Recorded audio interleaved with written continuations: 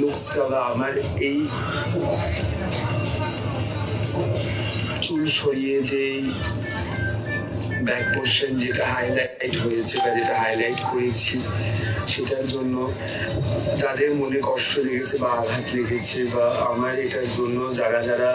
ভাবছেন যে আমি ইচ্ছা করে করেছি, আমি ইচ্ছা করে করিনি। এর আগেও আমি কাজ করেছি বা এর আগেও আমি মঞ্চে পারফর্ম করেছি বা দেবী অ্যাটায়ার নিয়ে আমি সেজেছি, কিন্তু আমার সাথে আমি আজ পর্যন্ত এরকম ধরনের কোনো কাজকর্ম করিনি। আমি সবার কাছে ক্ষমা চাইছি যে পরবর্তী কাল থেকে যদি কোনো সময় আমি মঞ্চে উঠি, আমি মাথায় রাখবো যাতে এরকম ধরনের কোনো ভুল না হয়। এই মুহূর্তে আমি যে পরিস্থিতিটার সম্মুখীন